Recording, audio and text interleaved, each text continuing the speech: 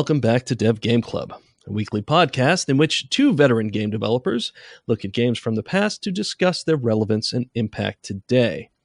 I'm Brett Duville, and I'm joined as always by my co-host, a man whose hip-hop alter ego is named Game Boy Color. Tim Longo. No, it's just Game Boy, actually. Yeah, just Game Boy. Just Game Boy. I like to keep it because you're simple. Awfully white. Exactly. Awfully. Yep. Good one. Didn't think of that. I was wondering where you're going to go, and then call back from literally today. Yes, over text. I literally texted you today, and so I was like, "Oh, I should use that." Nice. Well, as a segue. Game Boy Color, right? Exactly. Or Game Boy. That's a way to introduce it. Yeah. We are, of course, changing games this week. This is the first in our series about Pokemon Red and Blue. Red and Blue was as I counted it, the 9th title from Game Freak, which is a Japanese developer who prior to that point had mainly done platformers and puzzlers for a smattering of systems, NES, SNES, the Game Boy, and even I saw some Sega Genesis in there. And of course, in 1996, they published Pokemon Red and Blue, which was known as Pokemon Red and Green in Japan. And their fortunes were changed forever. They remain the primary developer of the series to this day, most recently having released Pokemon Let's Go for the Nintendo Switch, though they still develop other smaller titles as well that they publish themselves. The series as a whole has been under the management of the Pokemon Company, which consists of ownership by Game Freak, Nintendo, and Creatures, which is the company that manages the spin-off card games and the anime and any number of other side products, marketing products, as well as doing some work for the games themselves as the series went on. I went and looked at their credits, and there's a lot of things like Pokemon modeling, so they model some of the Pokemons, especially in the 3D titles. Pokemon is absolutely a gigantic phenomenon. Nearly 300 million units sold of the game series as a whole, including the spin-offs, like Pokemon Snap or what have you, or like Detective Pikachu. The mainline series tends to follow a pretty familiar rhythm. This young boy leaves home with his first Pokemon, adventures around the world, attempting to become the best Pokemon trainer in the world, defeating gym owners and ultimately the Elite Four to do so. These first games involved 150 types of Pokemon, but the official Pokedex today, as of about an hour ago, currently contains 807. What? So, thank goodness we're sticking with one of these early titles, because if we had to try to catch all of those, we'd be at it for a long time. I want to add a little disclaimer here at the start of the series, because I want to talk about this. We're not Pokemon experts by any means. In fact, people who've been watching me stream it, I streamed it on Saturday or Sunday, saw me kind of baffled and walking around and, and such. This is actually the first game in this podcast history, I believe, where neither of us have played the game to any real significant degree. Like, neither of us have finished the game. I know you've bounced off this title a number of times in the past, but it's not one that we can talk about from that standpoint. No, I mean, we're essentially fresh. Yeah.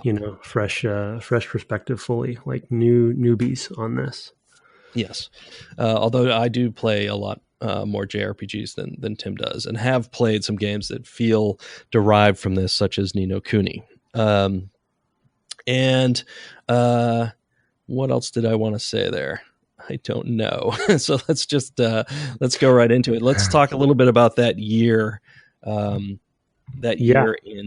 guess the other thing I wanted to say is that there were so Pokemon was the first of a number of kind of collectible phenomena like this that I remember at the time. I haven't done tons of research to determine the lineage, but I certainly think of like Yu-Gi-Oh! Or Digimon as being related, and certainly coming out around the same time. There's even Digimon, I think, is more from like Tamagotchi, but as I was going to say, there's even Tamagotchi can be, I think, talked about in the same sort of category, not gameplay wise, of course, or whatever, right. But just sort of the phenomenon and concept of taking care of creatures, a little critter, right? And it's certainly not going to be the first sim where you take care of critters either. but yeah, let's yeah, I mean that's just kind of my recollection at the time, and certainly playing collectible card games around the time, and there being a Pokemon collectible card game, and having played that a bit, and remembering there being Yu-Gi-Oh, a thing my kids were totally into, and other things as well. This was just kind of felt like it was a bit in the zeitgeist of the era, at least in Japan. I'd say today the most modern sort of Western equivalent is something like Skylanders, right? Which also has collectibles, as I understand it. Though I haven't played that series myself. That's an interesting example. Yeah. Anyway, True. Yeah. Tell us about 1996. It's a year we've touched on before. Yeah, we've played 3 games in 1996 for the podcast already. Mario 64, Tomb Raider, and Resident Evil. It was also the year for the Nintendo 64 that came out. And then I think the other notable thing that we've talked about probably every time we've played a game from this year is it also was a pretty important year for shooters in general, which we haven't played any of those yet, but Duke Nukem 3D, Quake, Final Doom, Marathon Infinity, there's definitely a lot of stuff going on there. But those are sort of the big highlights. And, with both Mario 64 and Tomb Raider, we talked a lot about what third person, 3-dimensional action adventure or platformer type games, bring to bear on this year. This is also the year that I started in the industry, as a side note, to give some context for my age. Mm-hmm. And I mean, I still can't believe they let a 10-year-old enter the industry. Yeah, test video games. Yeah, well, they had to find them wherever they could back then. That's right. Another notable game that came out this year that I don't think I mentioned was Diablo, the first Diablo game. Mario Kart 64, of course, because it was, I believe, a launch game, right? Nearly, I think, but not December. Let's see. It would have been maybe 6 months in, but yeah. Yeah. So another pretty influential year, and I'm skipping over some stuff that, but generally that kind of gives you a lay of the land. Civ 2, another. So the genres were still pretty diverse, and then of course we mentioned Resident Evil, which we played. So it's an interesting, and as Brett's mentioned, we've talked about especially during our Final Fantasy IX series. I'm not a JRPG player in general. And the weird thing about the Pokemon series for me is that as I mentioned, for whatever weird reason, almost every era of the games I would buy because I was a big handheld gamer. Loved the Game Boy and Game Boy Color. Yeah, and that was going to be the other difference between us. I was going to point out is that I have never really been a handheld gamer. I've had a number of handhelds, but I don't. It's a thing that is more aspirational to me. I buy them and think, I'll play this. And then right. For whatever reason, it's just not part of what I think about to grab. I haven't historically had kind of regular time on the go where I wasn't driving. Right. So, I just haven't had those kind of gaps in my life that a handheld fits neatly into. Yeah. And looking, I'm kind of skimming the list again and kind of looking for other handheld examples. I didn't play Kirby's Block Ball, so I don't know what that one is. But there actually weren't a lot of other notable Donkey Kong Land 2. I'm just looking for Game Boy stuff specifically for a second. In this particular year? For this year, just to kind of get a kind of lay of the land of things, especially with the N64 coming out, right? With seeing where Nintendo as a company was coming from too.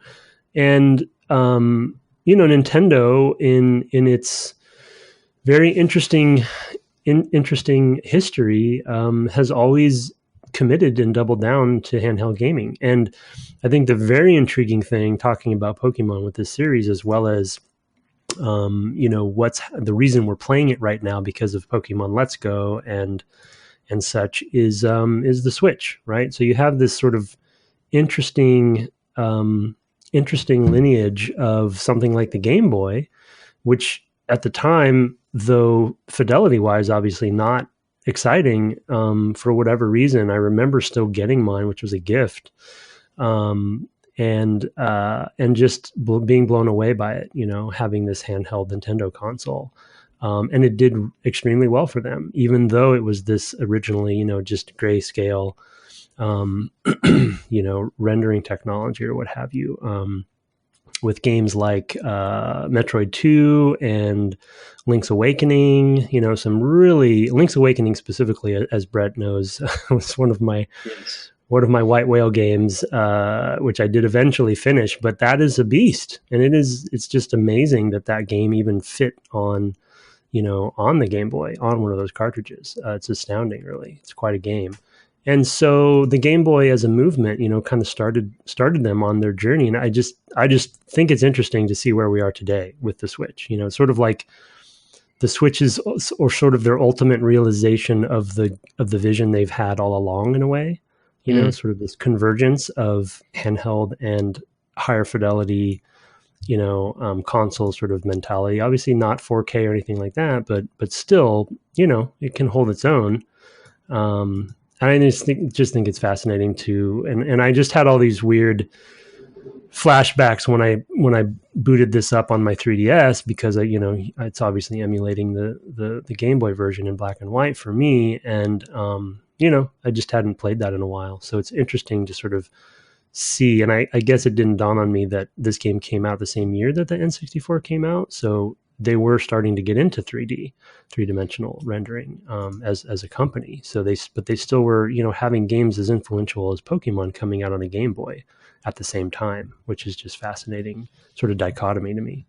Yeah, no, absolutely. I mean, I think they probably weren't paying a lot of direct attention to the Game Boy at this time. And this was also the year that the Virtual Boy basically ceased production, right? So they had sort of a kind of an odd, and I've never handled a Virtual Boy, but it's definitely sort of an odd side handheldy sort of thing. It's definitely a different sort of machine.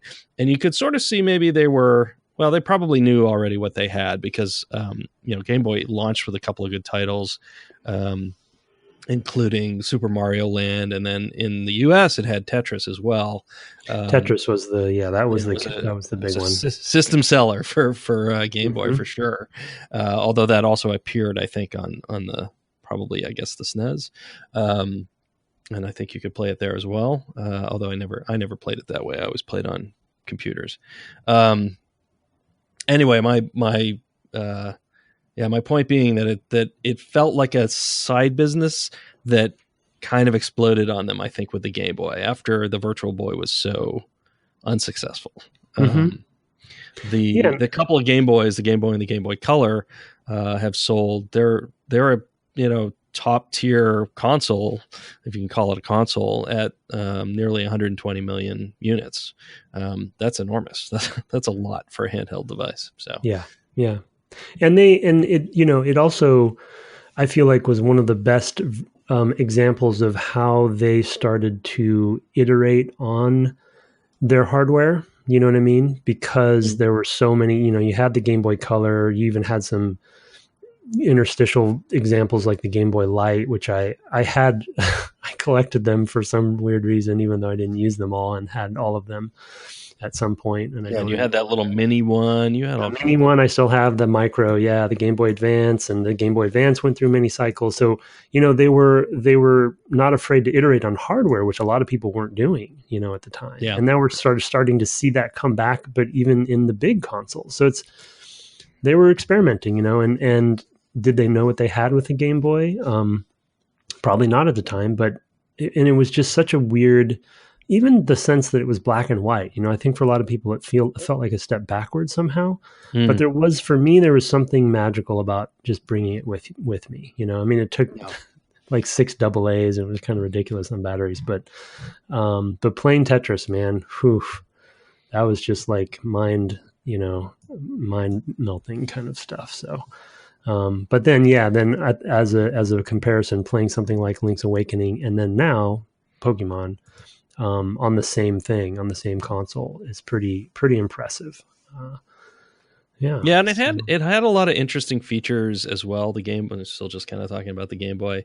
It's an 8-bit custom thing running at like 4 megahertz basically. It's sort of similar to the 8080 Intel chip. Oh, But it's custom, but it has a lot of similarity to that. It's got not all that much internal video RAM, not all that much internal RAM, but of course it's cartridges. So you end up putting a lot of information on the cart, and then you just overwrite all of memory whenever you need to, right? So, and then you've got a few other bits, like the thing to actually boot the thing and stuff like that are also in there as well. But then you've also got like the ability to communicate with another Game Boy.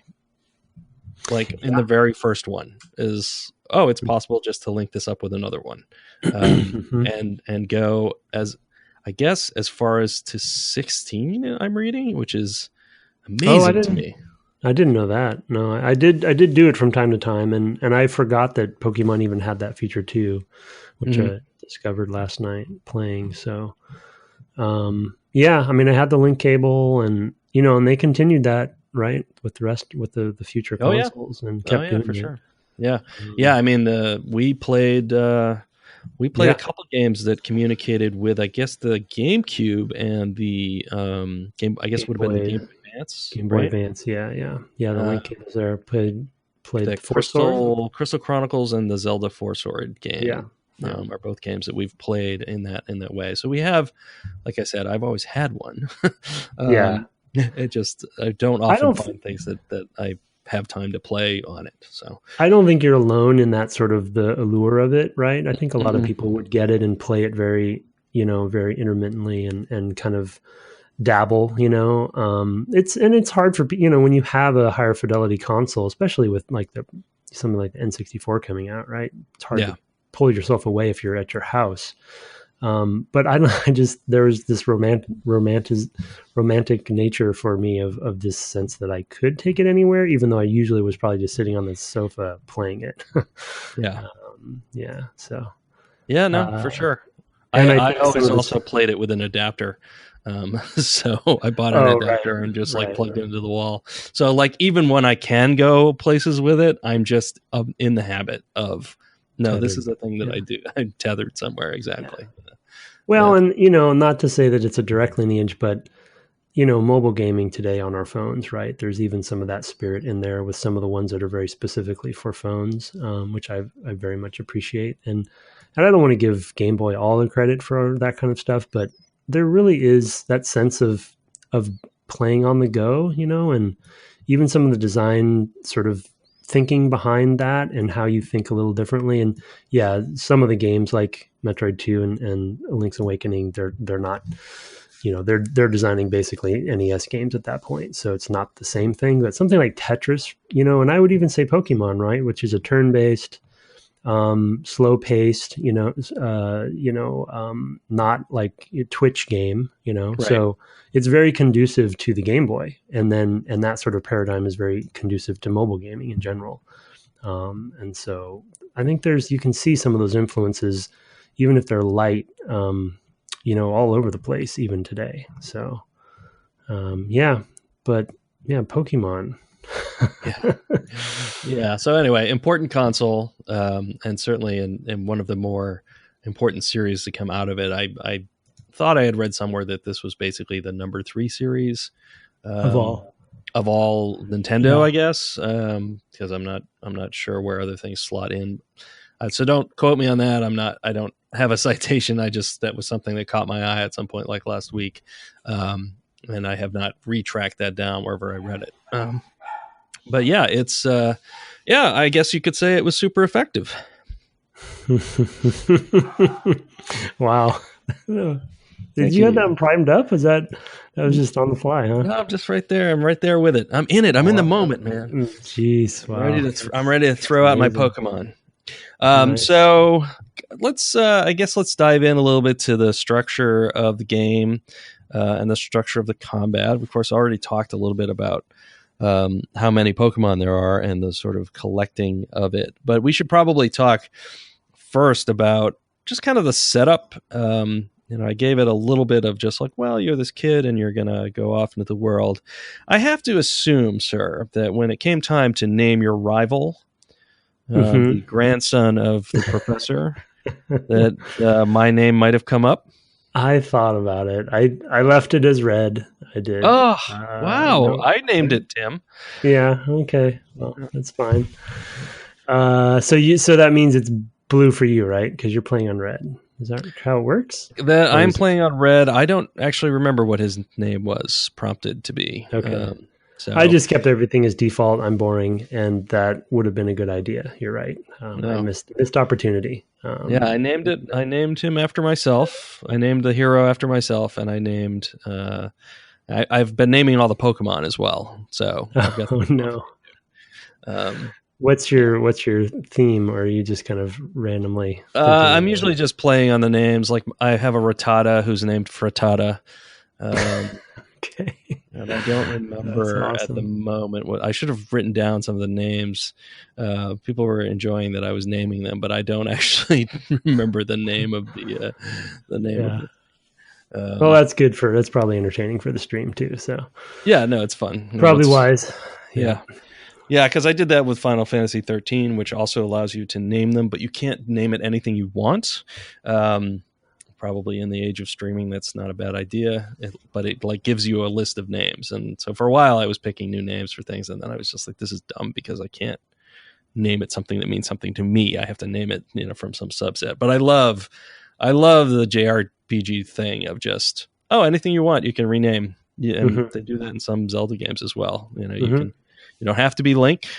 You can name yourself something like my name. So that somebody at some point it'll say, "My name is my name," or whatever. So clever. Yeah. Yeah. I mean, the opening structure, the obvious notes that I wrote down there are just very much, I mean, I guess it's just so traditional JRPG, it seems like. With a little bit of Zelda thrown in there, it felt very much like starting a Zelda game, Yeah, that's a good point. I hadn't your thought mom's of that. there, you're in your house, and you're 10 years old. It's time to hit the road, kid. Yeah. Yeah, it's so funny. There was a specific quote. All boys leave home. It's like, what? Yeah. Okay. It's just a funny, but then it's just the next note I wrote down is that's just sort of the formula to some degree. And right. Just kind of, very light touch on just getting you to move forward, and go see somebody, and then they'll give you your next thing, and then you're off. I guess it is what it is, and that's fine. But yeah, you're 8-bit. How much memory do you even have? For any kind of amount of stuff. And then not only that, but the other note that I wrote down that I kind of forgot about and appreciate is that there is a sense of sort of just plopping you into the world, and there's like one sort of quest that you do where you have to deliver that parcel to bring it back to the professor. Yeah. But other than that, you're kind of just like, go, and the freedom and sort of anxiety that brings me, even though there's obviously some linearity to it because you can't get to certain, places without getting, I guess, some abilities or something. So you can't really explore everywhere, but so it's not like full Zelda 1, but it is kind of impressive that they put you and they just kind of plop you out there, and then you just got to go for it and trust the players going to talk to people and figure out what's going on in the world. And read in a couple places do a little bit. Yeah. Read the manual. Something I've got to do. It didn't come with a manual. My cart just was like, "Oh, here's your cart in a plastic bag." So I kind of forgot to look for that. It does do the thing where you kind of wander around in that town. Professor Oak's not at home. And when you go to leave town, that's when he's like, "Oh, stop. You can't leave. I got to give you a Pokemon." That's true. Yeah, no, I meant, that's true. After that, I meant that kind of, but there's a couple. But no, once they've set you up with picking a Pokemon, I'm going to go ahead and guess you're a Bulbasaur guy. Yeah, of course. Yeah. And you're a what's it called? Charmander? Charmander. Okay. Yeah, is that what you chose? I did indeed. So there you go. We know each other well enough to identify. Oh my God! And I'll tell you my story. Sorry to interrupt. No, go ahead. My story later about the finishing up this section about how happy I am about that choice. But compare notes about the Brock battle, but we'll get there. Yep, we'll get there. Okay, I'll make a note of that. Yeah, I mean, I think the other thing to call out, well, I mean, I don't know if we want to keep talking about the structure side of it. The thing that I kind of, like I said, I've always wanted to force myself to dive into these, and I just felt like it was always a big blind spot. Not necessarily because I wasn't a big JRPG fan, but just the Pokemon side of it. I'd always been interested in. So I remember the beginning of this game because I owned a blue cart and I had played a little bit of it. I don't even know if I got as far as we did, which was, not very far, but I always bounced off of them. And I told Brett over text yesterday or something or this morning even maybe, that I fully expected to keep, obviously I'd played for the podcast, but I fully expected to keep bouncing off of it. But because that's what had happened to me when I had purchased this one. I think I probably even bought yellow thinking, okay, this is the one. And then I got gold or silver. And then I thought that was the one, I just kept trying. And I'll have to dissect that as I go about what the bouncing off moments were. But I think maybe the podcast is helping force me into a mindset of like, you know what, just let it go, let it happen, Yeah. and and just let it kind of wash over you. And once I started just getting out of that first town and just started roaming around and exploring, and battling and picking up once I figured out you had to buy Pokeballs, to actually, some of the sort of quality of life stuff that I feel like maybe isn't the same way anymore, but, or maybe it is. I won't make assumptions of today, but, I was started to have fun, and just kind of interesting to kind of just dive into that. And it's just directed enough in this early section where I didn't feel too overwhelmed of getting lost or, figuring out which way to go. 'Cause the map has a lot of different directions. It seems like you could go, but you can't go there yet. Right. You're limited out of the gate. They've prevented you from getting into any place that is too dangerous. And they effectively expect you're going to manage, how many potions you have or whatnot. I do appreciate some of the little touches in that original town. If you go back to your mom, for example, she's just as like, oh, you need to rest. Yeah, I did that too. You just have that moment of, oh, you're home, and this is where we take you in and give you, succor or whatever, and you get to rest up and get back out there into life. So there are little touches there that make it feel like if not a thriving village, at least a friendly village, because everything's sort of small scale, right? There's a few buildings here and a few buildings there. Every bookshelf is crammed with Pokemon books, etc. There's definitely limitations to the technology of the era, but no, it's very charming, and it's charming in that it feels somewhat nostalgic, I think, as well.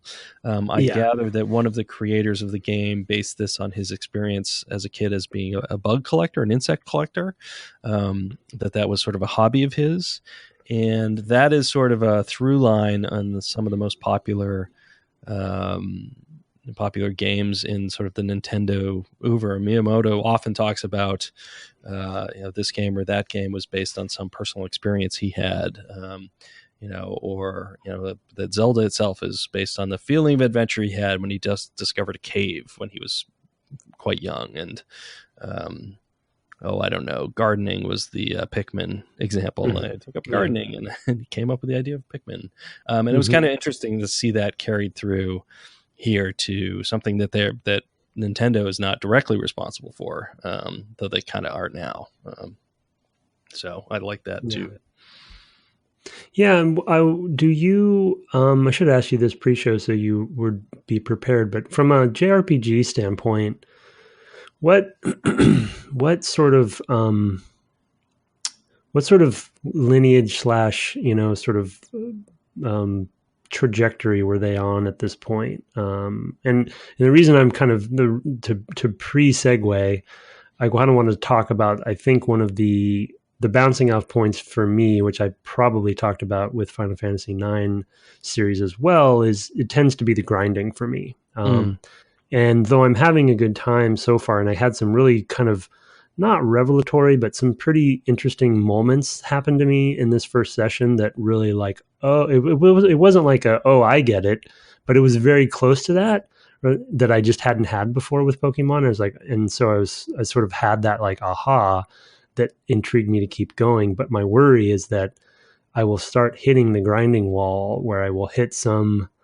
I mean, to be honest, I got lucky with Brock, and I'll explain why later. But I'm worried that the grind is going to get to me. So like from an RPG, the 2D Final Fantasy games had all that same stuff in it, right? So this is just a paradigm at this point that is very accepted by this point. But what other JRPGs were the big ones at this time? Chrono Trigger? Maybe, probably might have. Well, before that, I guess that was. Yeah, it SNES, would have been before this, and this year also had Super Mario RPG for the SNES, so that wouldn't have been out yet. The other things I could think of were like Dragon Quest. Dragon Quest, which originally Dragon Warrior, right? Yeah, which that is one that I did play. I did finish that one back in the day. Ironically, on I think it was the Game Boy that I played, the Game Boy version. Yeah. And then really early stuff like Dragon Slayer and I don't know. There's a lot of really like Heart of Fantasy, I think was a series, and those games. And the early Final Fantasies as well all tend to have this, and even I think the early Dragon Quests were this way. And I've not played a lot of these games, so that I'm kind of going off of kind of what I can remember. But they have that sort of you have a party. I mean, very much like a Western CRPG at the time. You have a party with a few different characters, and you go into dungeons, and they sort of have that. Some of them there is some of them are top down. There were some I think that were even sort of Ultima style first person-y in the dungeons at least. Yeah, and that's what I think. That's my memory of Dragon Warrior. Actually, the original they had some of that Eye of the Beholder kind of thing. Right. I think they do. Yeah, in the first Dragon.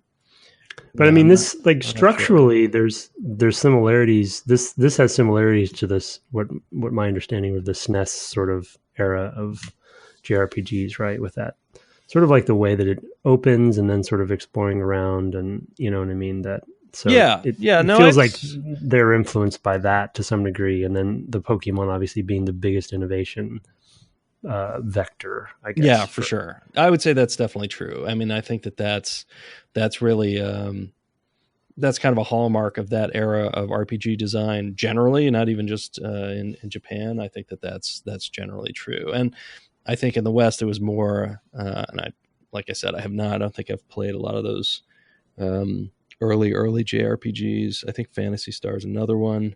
But it has some of the other things though. I think that crop up later. You start to see, like you have the weird jobs in some of them. So they're exploring some of the things that are a little different about JRPGs, where characters' classes aren't as fixed necessarily, and you can develop in sort of different ways.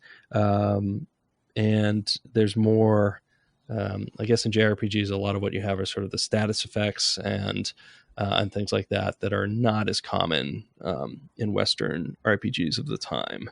I mean, there's probably poison, but you didn't see like sleep and paralysis and whatever, any number of other things that we saw in something like Final Fantasy IX at the time in Western RPGs. So I do think they're pulling from that, but then they're also using the elemental stuff as kind of the core of their battling system, which I think is another common through line. That I think that their interesting innovation was to tie that to these little Tamagotchi creatures that you find in the world and that you're raising to be yours. Well, and then I don't know this to be the case for sure, but I feel like one of the fundamental shifts is that the leveling you're doing is not on your character, right? It's the Pokemon themselves. Yes. And then you also have to individually level them. Yeah, that's a total difference from anything else at the time, at least as far as I know. I mean, you may certainly there's probably better JRPG experts out there, but yeah, I wouldn't say anything from the 8-bit era probably had that sort of thing. I mean, you probably always were getting sort of the powered up versions of spells, but you were not. That was just something that your character could do. One of your characters probably could do in your party. So. So it's definitely doing that new thing, giving you a critter to watch after is new, and of course you've got a handful of them, so they're able to add sort of levels of strategy, and I think we'll get into some of those as the game gets tougher. But I am going to tell you, there's probably going to be some grind. Yeah, and I like I said, I got a little lucky, and I was trying to avoid, just for time's sake, needing to grind too much. I think I have 5 or 6 now, but they're not all leveled up to Bulbasaur. Bulbasaur, right? Yeah, right? Bulbasaur. Mm-hmm. They're not all leveled up as high as he is, so I was going into that Brock fight a little under-equipped, I think, but anyway, yeah.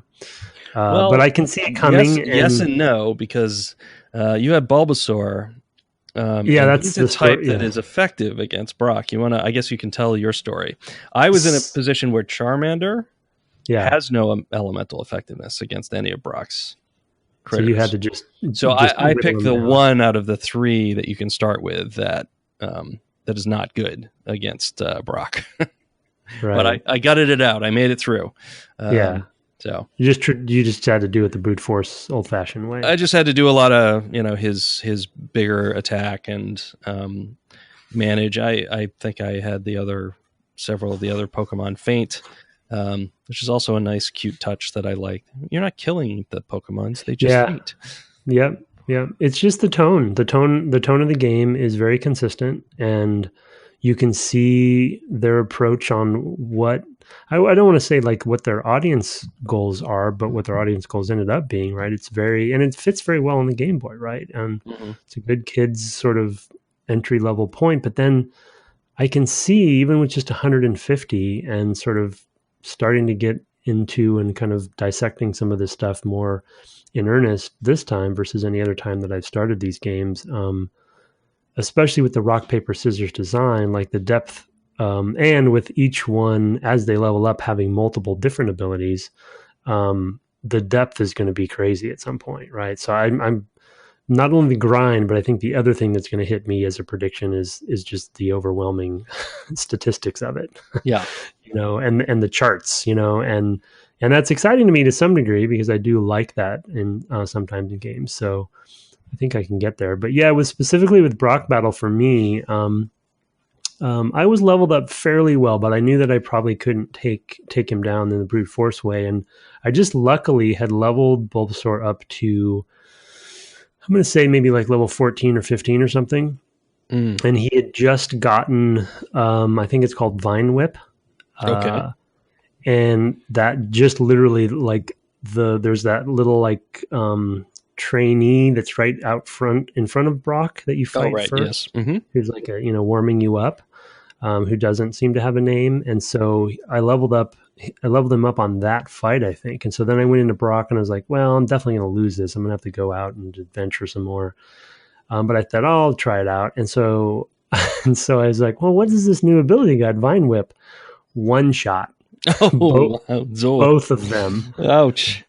Both of his rock characters one shot with Vine Whip.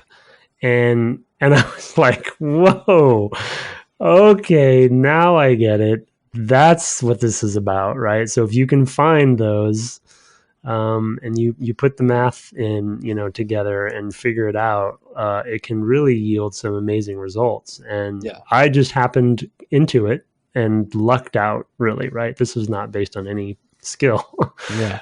It was just chance timing. And the other, anyway, that was my Brock revelation of like, wow, because Brock he's got some bravado and he kind of comes at you and, he's got his pose. The poses are great. Like the anime quality of the game is hilarious. For sure. Everyone's frowning in the manual, like literally you, Red, in my case, red, oak. Everybody's frowning and serious with their eyebrows.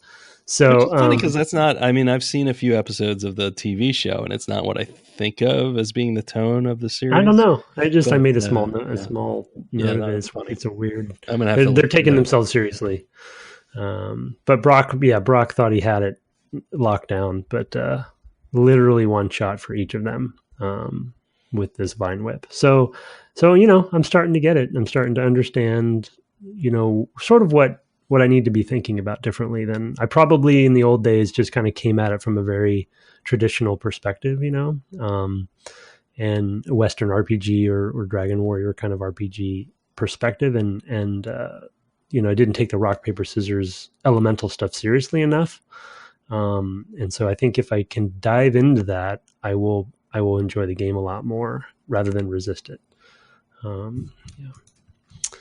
Yep, I think you're going to have to. I mean, that's yeah, I know I'll hit walls at some point where I'll have to. The other quick moment that I wanted to mention that was another aha moment for me that excited me to think about things differently because again, brute forcing and kind of coming at the game in previous iterations, not thinking things through enough. Bulbasaur also has, I think it's called Leech Seed. It's the one that heals. It basically, it leeches health from the enemy and then gives it to Bulbasaur. And it's a persistent effect. And what I didn't occur to, and probably the listeners are just yelling at us right now. It's like two idiots playing Pokemon, essentially.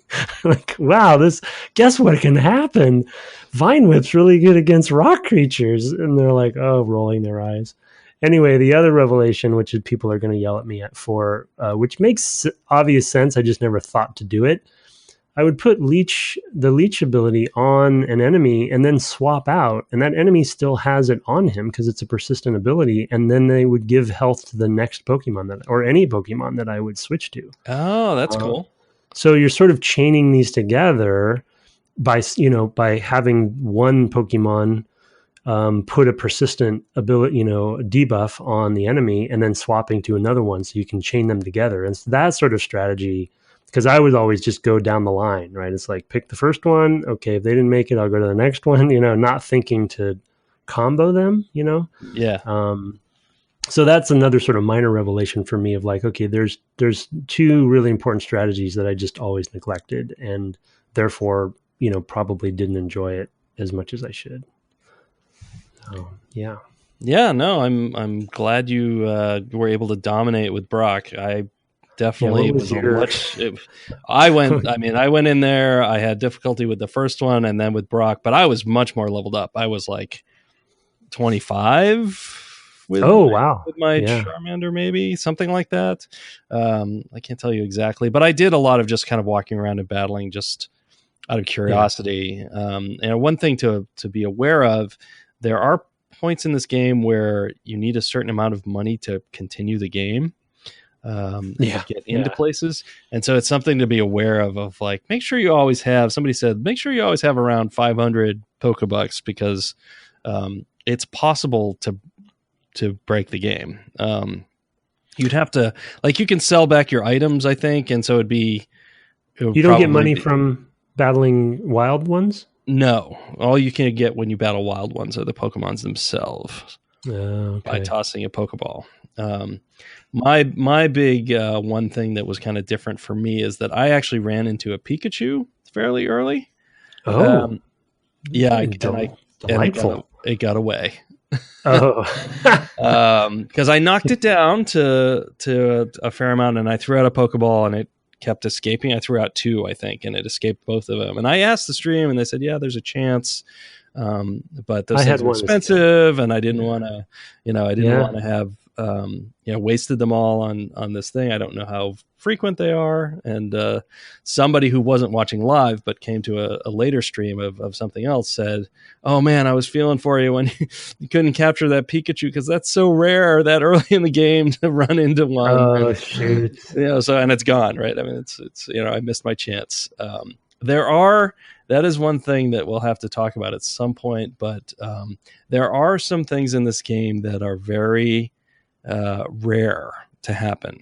And in particular, there's like a shiny type of a Pokemon. And there's nothing different about these Pokemon. They're not a different entry in the Pokedex.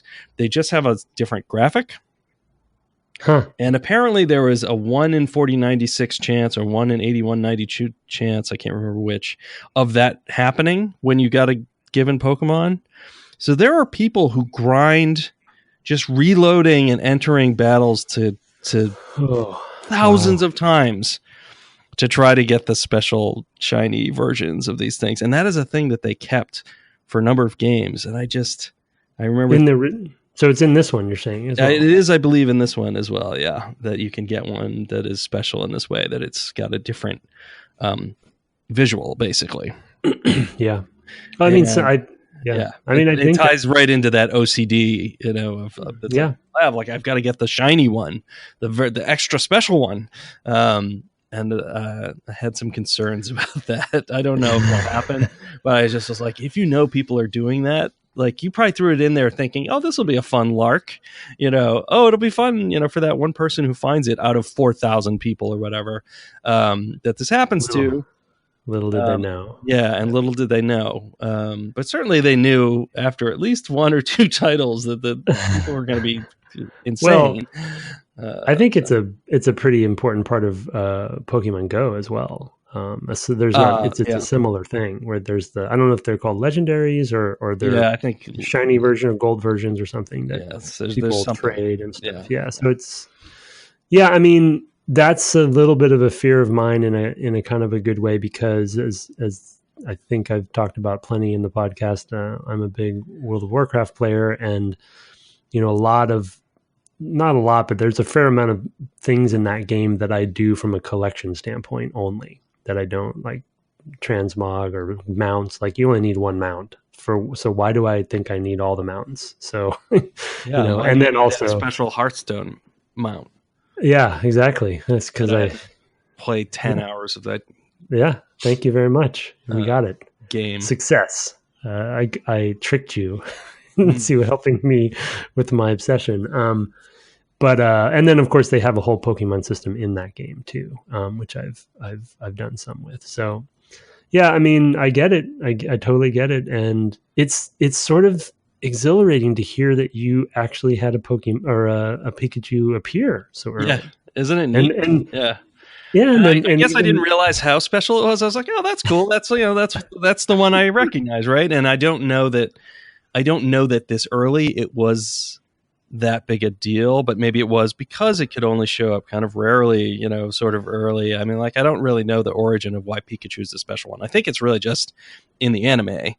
He's the one, right? It's Ash and Pikachu, and I think that that just kind of made Pikachu the poster, character or Pokemon in some ways. I mean, Pikachu's adorable, so right? I mean, sure, and I have a child who has been Pikachu for Halloween. Oh, okay. There you go. I know how cute Pikachu could be. I get it. Well, as a minor segue there, I was mentioning this to Brett in pre-show. At least on my version, I'm playing, the emulated version on 3DS. The start screen, it doesn't have like an intro cinematic or anything, but the start screen does sort of scroll through, I don't know how many, but many Pokemon in their poses. And the one thing that I kind of made note of, which is a brilliance about this whole franchise, is this sort of cast of characters they've created with these creatures. Jigglypuff, and like, I as we were talking about, we have not played Pokemon. Technically, I would say we have not, right? Even though I've tried. So I will count myself as not having. But I played as far as the first boss battle or something like that in the one I played, which was Gold, I believe. Yeah, and so I mean, but I know the names, right? And got to catch them all as a phrase, and there's a cultural implication to this franchise that is, and then Go just brought a whole nother level of crazy to this whole thing when it comes to the audience, and there is the fundamental sort of like human psychology behind this whole concept, of like collecting. I mean, pets, right? Almost everybody has a pet, or has had a pet, and so it's like it's a psychological thing that you can see. Not that they fully planned it out, but once they knew what they had, you could see how they could iterate on it and evolve it. And even like Miyazaki, right? As sort of our family.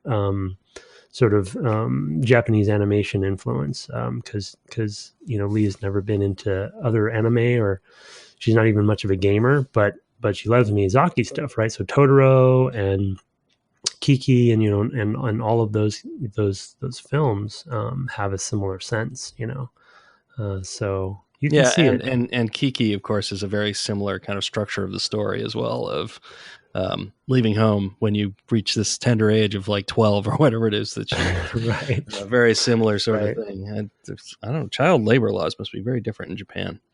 I mean, it reminds me, there's a famous quote by Anatole France, and I may be pronouncing that wrong, but it's until one has loved an animal, a part of one's soul remains unawakened, which I think is a really lovely turn of phrase. And I think it does speak to just sort of,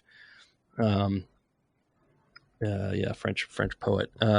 It speaks to something that is very, very human. Of course we've domesticated any number of animals, but to domesticate purely for pets, right, is a very uniquely sort of human thing. And, and of course dogs and cats in particular, and then a number of others as well, but are, I think of those as being the kind of main pet animals in that way.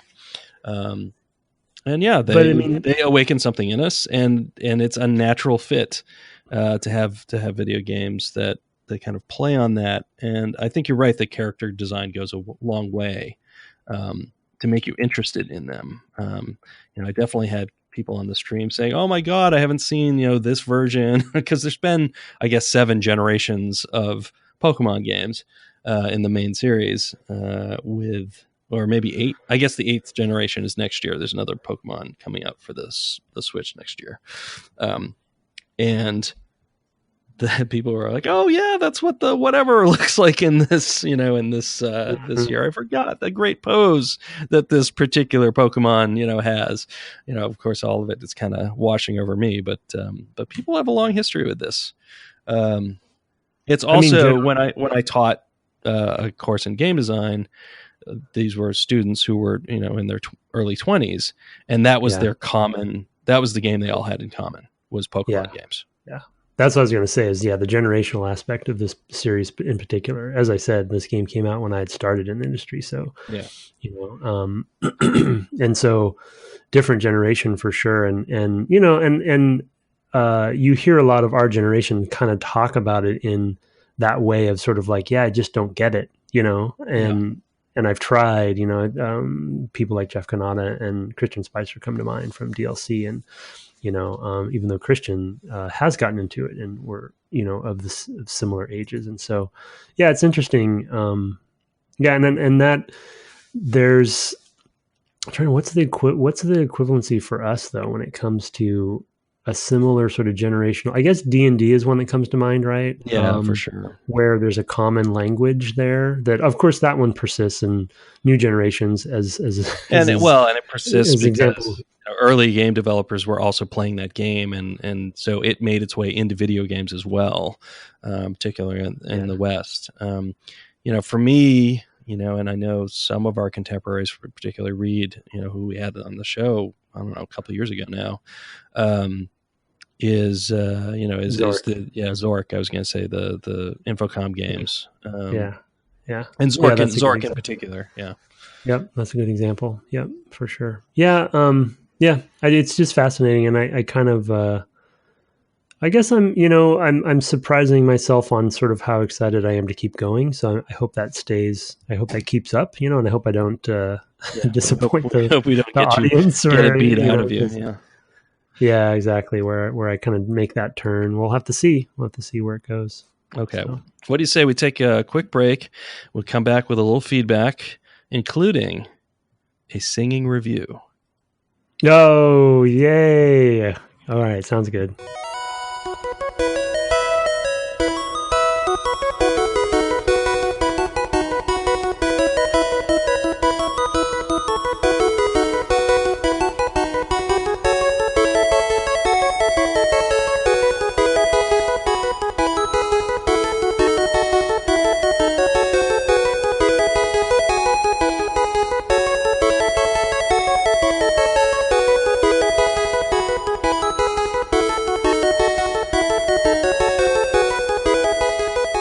welcome back from the break.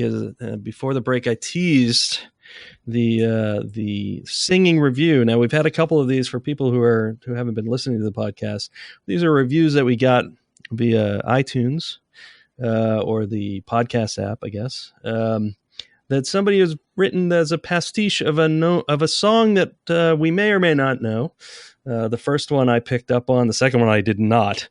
But sometimes I've asked that if people send in the singing reviews that they tell me what it's supposed to be, so that doesn't go over my head.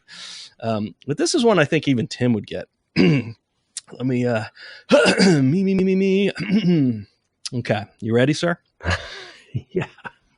This is from, let's see, Speaky Clean, if that is your real name. And the title is, of course, A Singing Review. And here it goes. If you're Brett Duville and Tim Longo, analyzing the games of old, all you have to do is talk and play, and we'll be there to hear you explain. When you cast, we will listen anywhere that you upload to. If you keep on making these, we will listen when you cast. Oh my God, I'm crying right now. I know. So I guess you know what that is. Jeez, yeah. What is it? I'm not sure what the title is. When You Call, or it's the Gilmore Girls theme song. It is the Gilmore Girls theme song. In fact, that was in there. So thank you for helping me out there, because I may not have picked it up from the words, because they're quite. I've heard that song so many times in my life. Of times. Thousands at this point. It's like Where You Lead, right? That's Carole Where King. You Lead, yeah. It's Carole King, yeah. Great song and great songwriter, and beautifully done. And I'm just in tears right now. That's nice. Very well. That's a good choice. Speaky Clean, yeah. Speaky Clean. Speak.clean? No, it's just one whole long thing. Yeah, well done. You win the reviews for the month of December for sure. Absolutely. I couldn't believe it. As you were starting getting through the opening, I was like, is that what I think it is? Oh my God, I can't believe it. Yeah, the first line's a little rough. A couple too many syllables. I was trying hard to keep the rhythm there. But well done, Speaky Clean.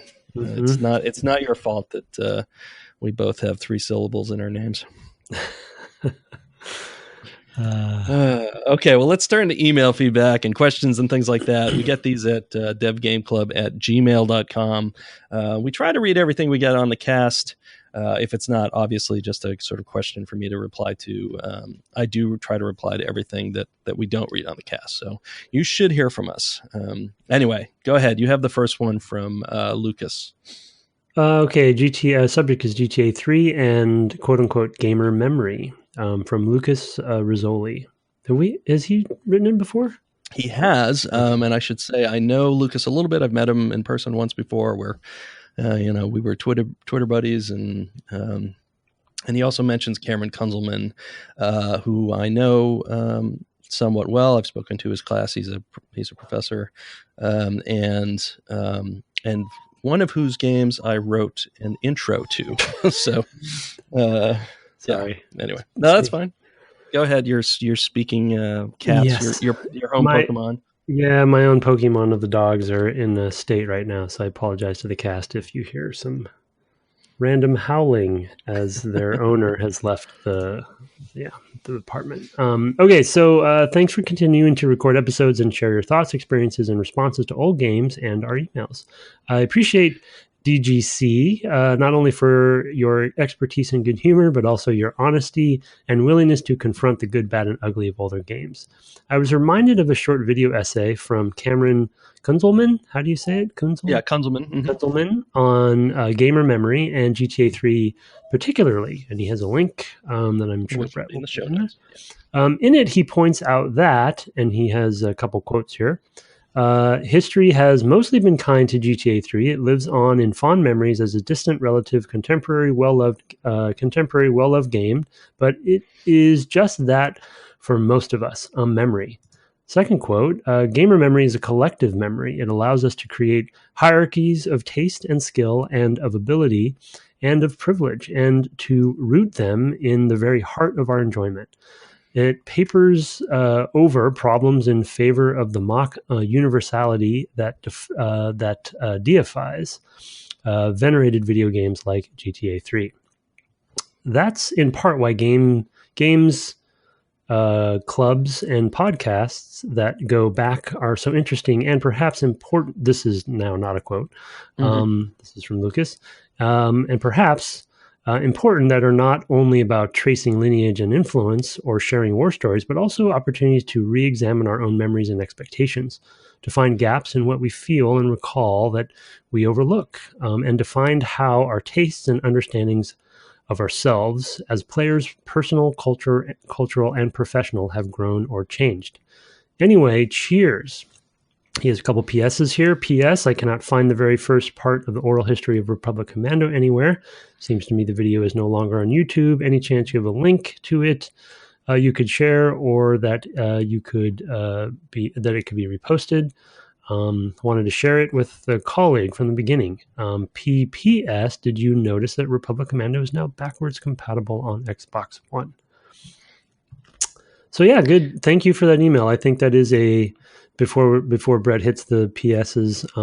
Yeah, I think it's a very good point. And as I think a lot of people notice about the podcast, because we're pretty shoot from the hip. We don't, this isn't like a real academic podcast where we do a lot of research and we have a lot of prep time. We're really kind of going from memory a lot of the time, and from either nostalgia or our memory of the time if we hadn't played the game, and our memory of our first experiences in GTA, as Brett knows, was, as I talked to him post-show, a post-series, was a very interesting one for me to play, and because of some of our personal history with it, and so it's an interesting, it's a good thing to call out from Cameron about sort of that, the sort of gamer memory perspective, because it is something that, because now games have been around for such a long time, luckily, everybody has that now with so many different, we were just talking about it with Pokemon and people's memory of these creatures that, are kind of ingrained in their head. And until they see it again, they had a memory of it only. So, yeah. I also want to point people to a sort of contemporary piece that showed up on Rock, Paper, Shotgun this past week as Thief had its 20th anniversary, which is totally something we timed with our playthrough of that in October, and I guess early November. That was written by Kieran Gillen, who that was actually his first ever review for PC Gamer cool. UK.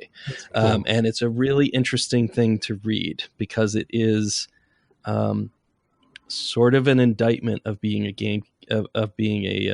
gatekeeper for taste and what's allowed to be a game and what good games are.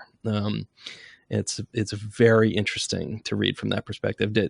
Kieran's not been in games criticism for some time now. He's now a comics author.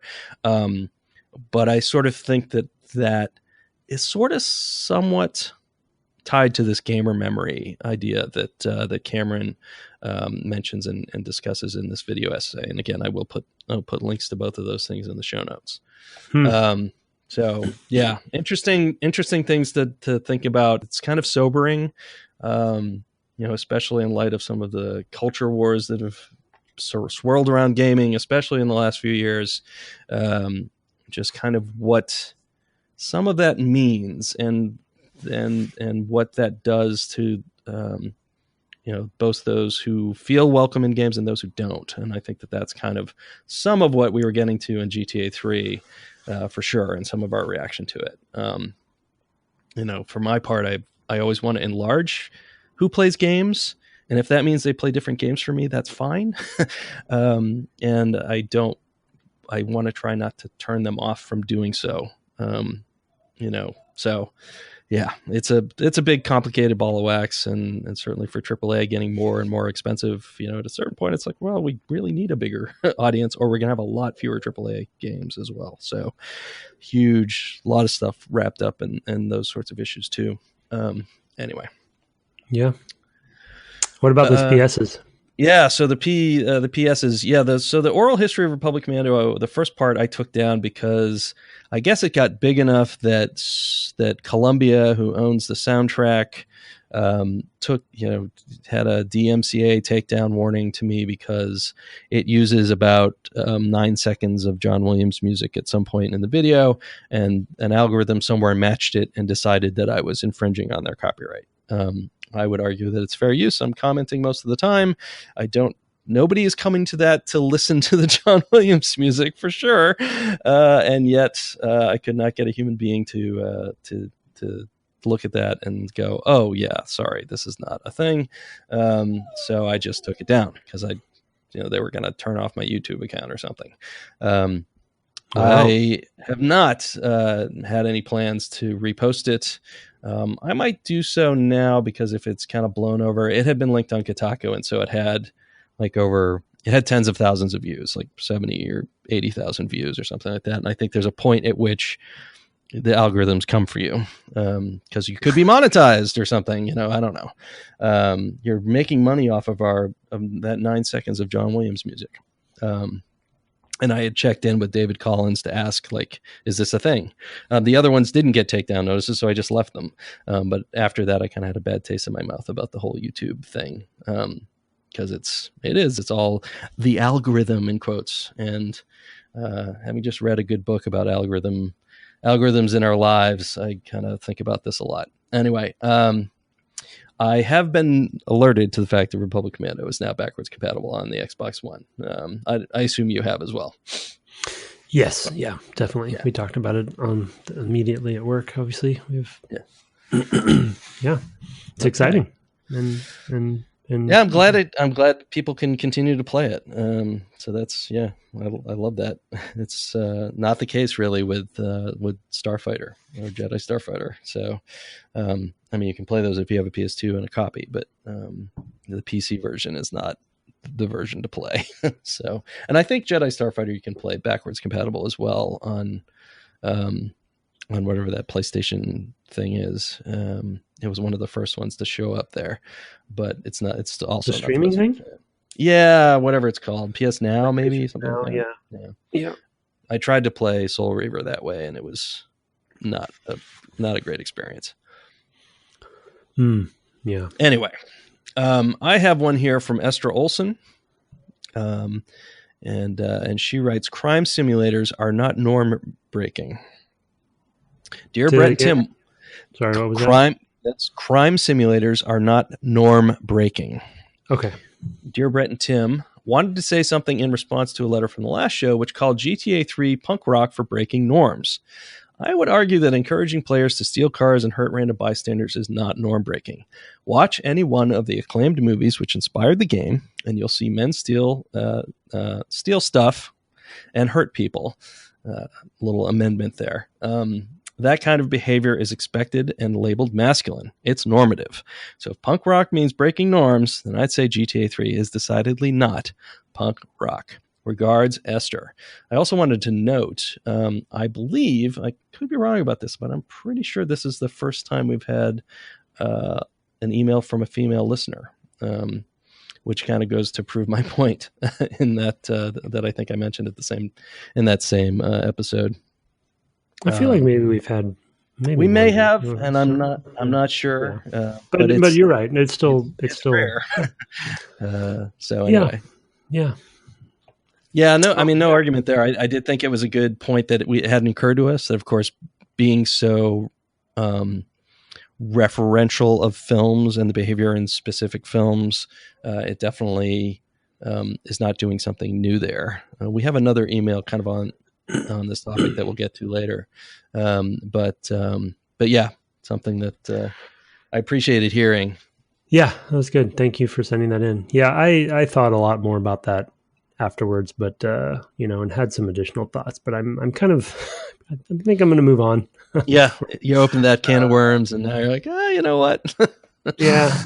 It's something I probably could always continue to talk about and have a good discourse about, and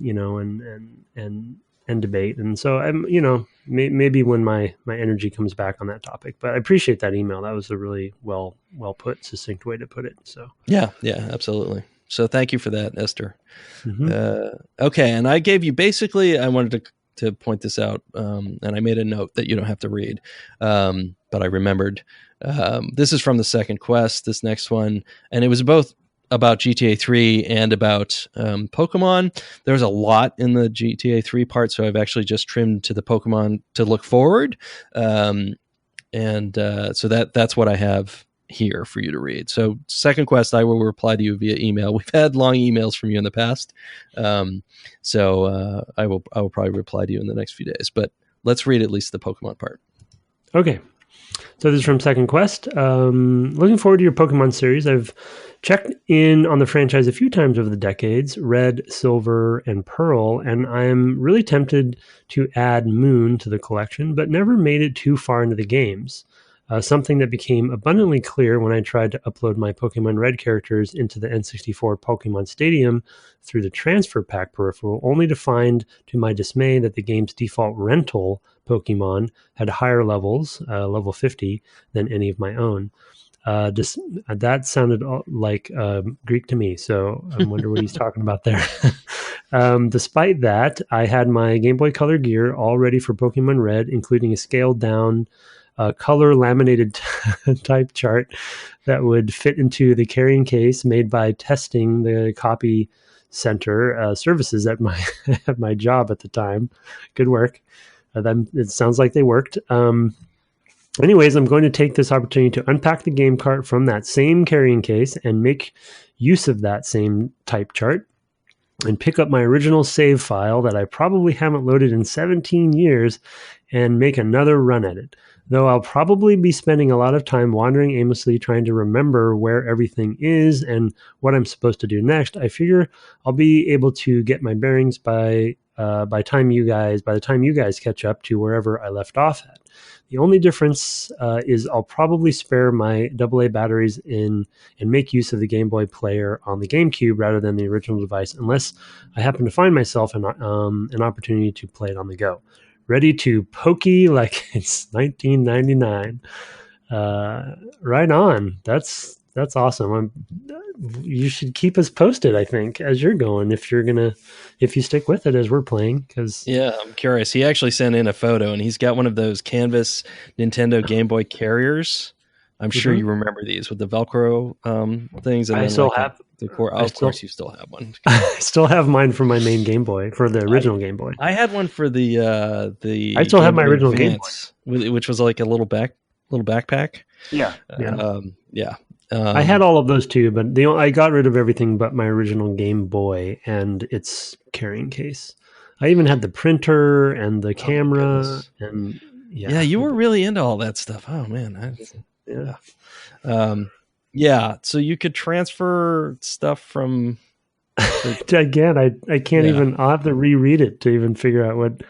Yeah, I mean, there was a lot of transferring you could do, right? Them, into your game. There was also I think it was for the Wii. Early in the Wii, there was a game that would communicate with, I guess, your DS, because those were networked, and you could it was like Pokemon, like Pokemon Battle whatever, and you could battle. I bought it for my kids because they were Pokemon players, and they could battle Pokemon in their game and see them as 3D characters, and then have standard Pokemon battles, but they could be doing it on the TV and controlling it from their DSs. So they've always been experimenting with this. The other weird title I thought of was Pokemon Snap, right? So which is pretty beloved, right? Like that's for sure. Like people really like that one. People want a new one. It seems like I feel like they've always been trying to trailblaze with the connectivity stuff with all of the.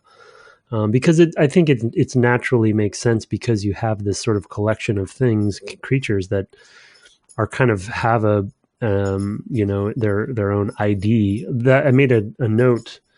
Sorry about the jingle jangle there of the Pokemon in my house. Every Pokemon, when you look up their stats, has an ID number. Yes, that's the number you can look them up in the Pokedex. Okay, all right. Yeah, so I mean, just they have this sense of a discrete identity, and so that transferring those around makes a lot of sense, where you can Yeah.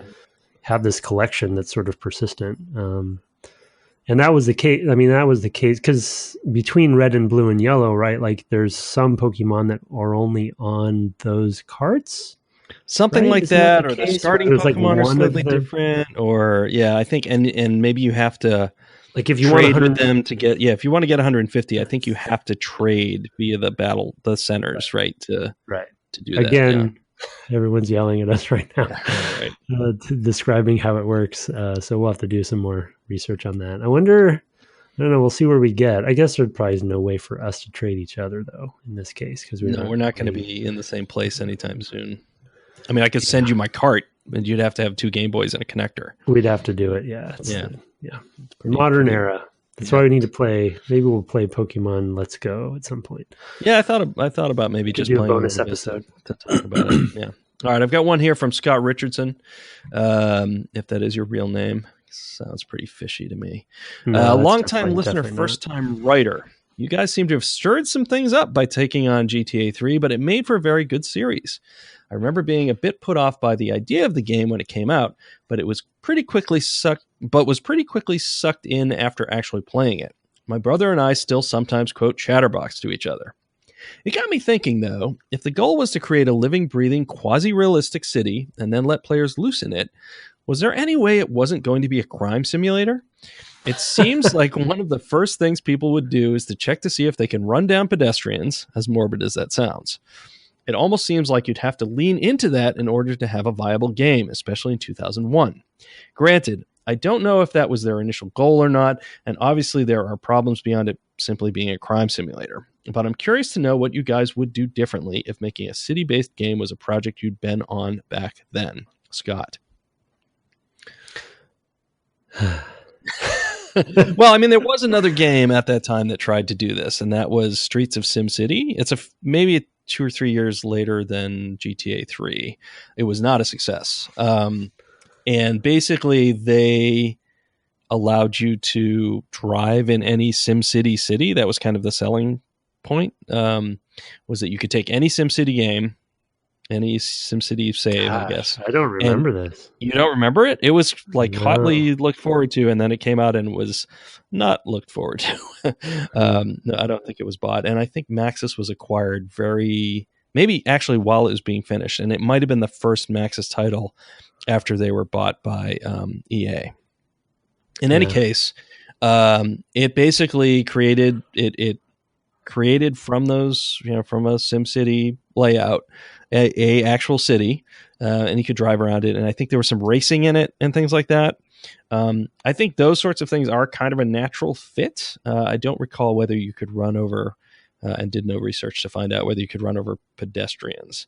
But I think that wasn't enough for that game. And I think that was kind of part of the problem, is that, okay, so there's a kind of a cool tech head interest in, I can make any weird game I want, weird city I want, and it'll faithfully recreate it.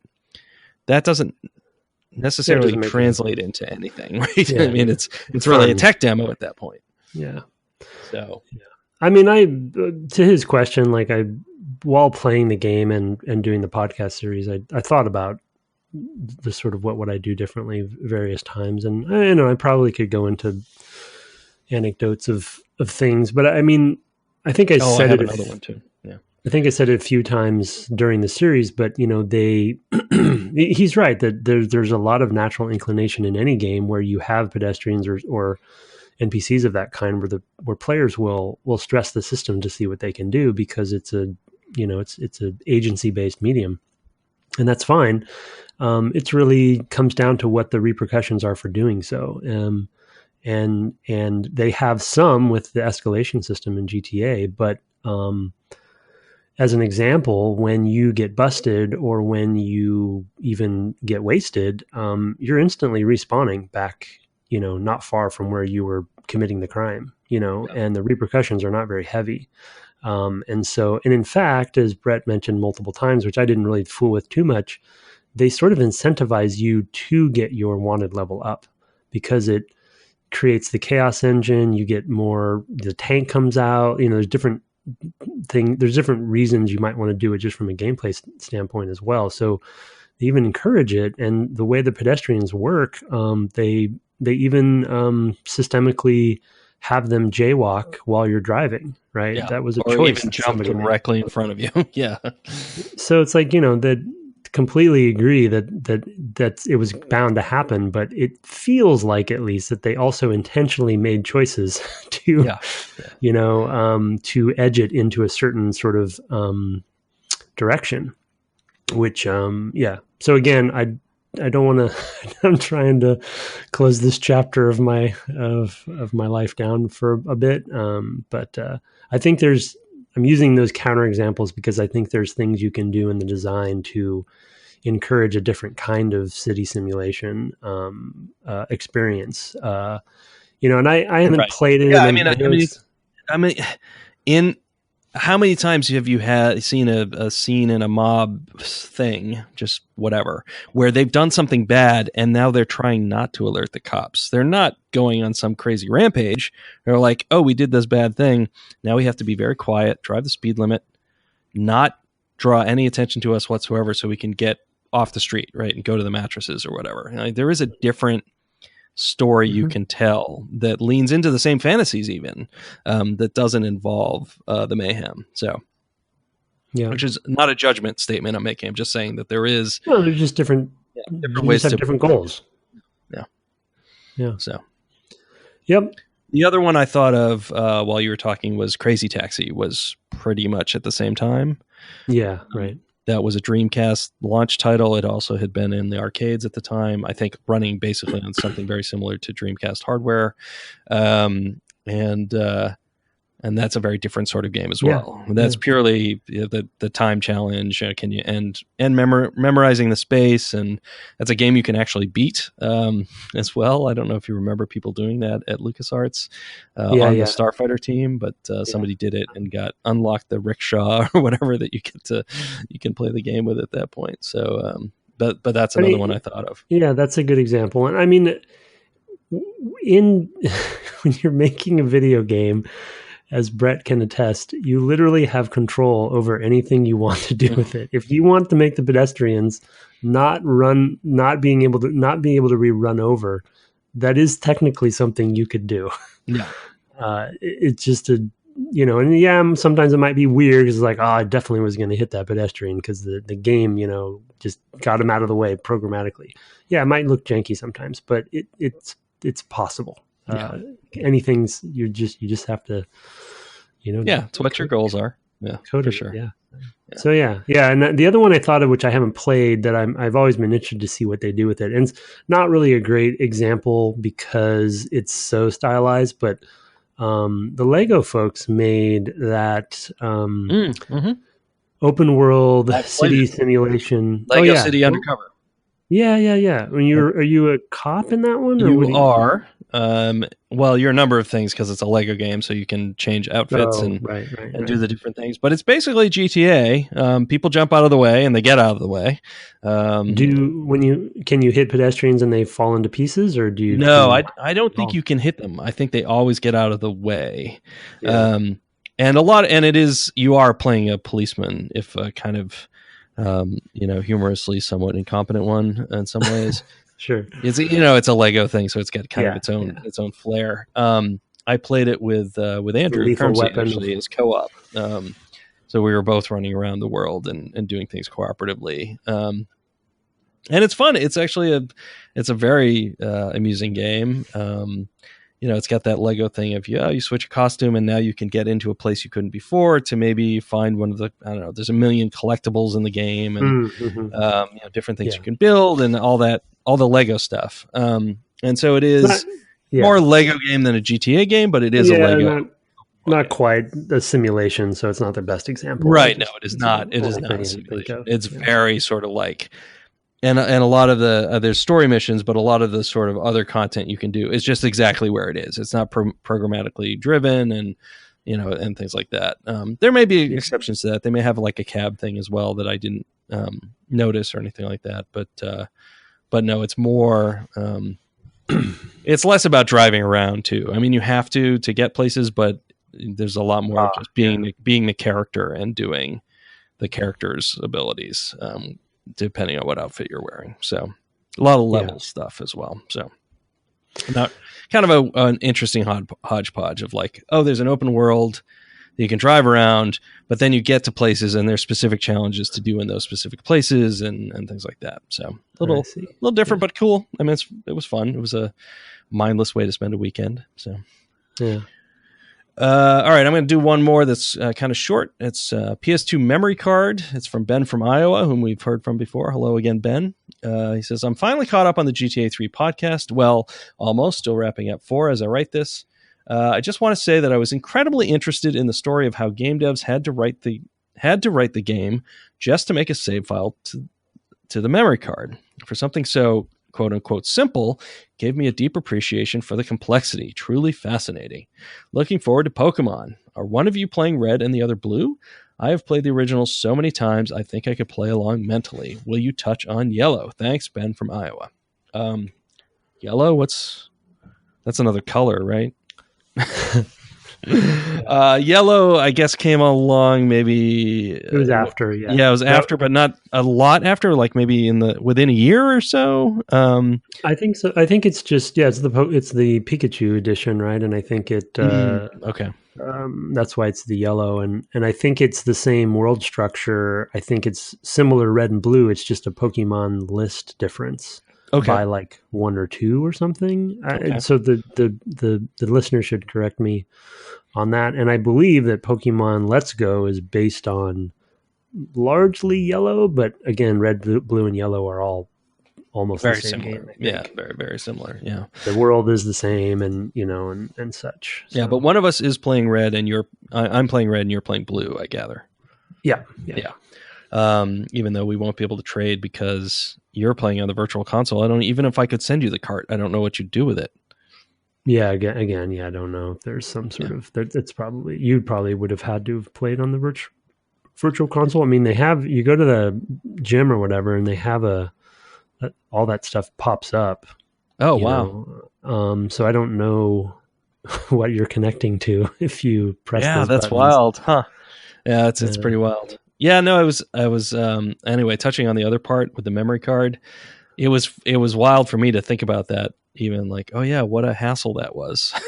I mean, it's still a hassle, but it's a lot less of a hassle these days than it was back then, and it was definitely in that weird intermediary time. Now we're playing a game that's on a cartridge, and I can save anywhere. You can just save, and it's like, oh wow, I don't have to do anything special. I don't have to wait. It's just basically instantaneous. It's basically you're probably copying the contents of memory to a space on the card, and that's it. That's all that has to happen. So it's just, I don't know, it's wild, the differences and things like that over the years. I think about what I'm going to do for save game for the game I'm working on, and I have a plan. I hope it works out. I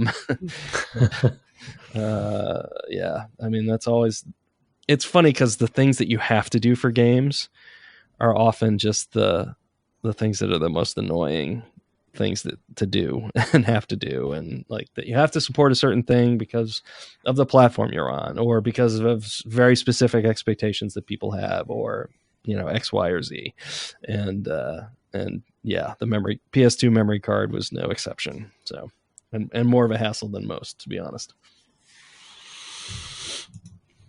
All right. Well, I guess that's what we've got for this time. I have to look up because I had some help from the stream. I should mention that I've been streaming on twitch.tv/Brett Duville.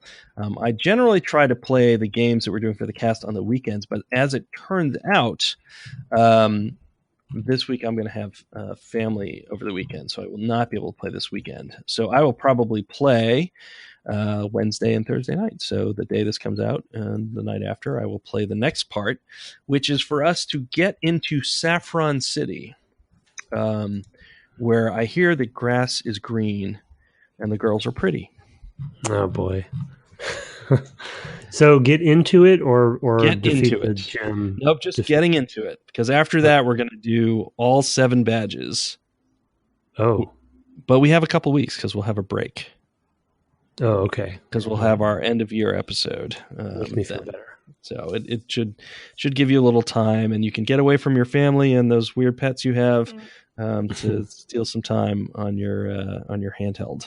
It's helpful that I'm playing on 3DS because I can play it on the on the ferry or whatever. So. All right, yeah. So you've got nothing but time. You have no excuse, nothing. Mr. Long. I know. Yep. Okay. Well, I told you my excuse from this last weekend. Yes. Yeah. Okay.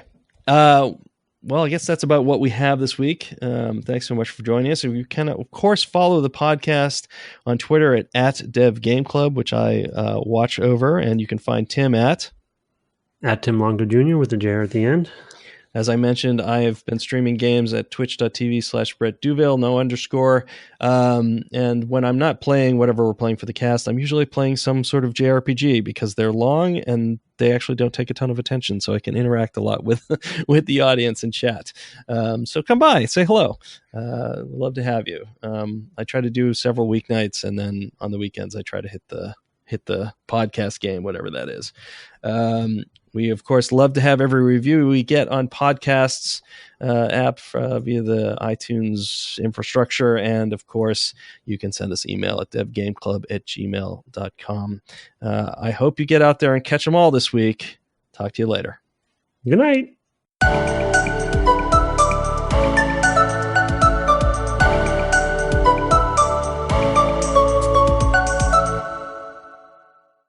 Oh, and you're going to love it.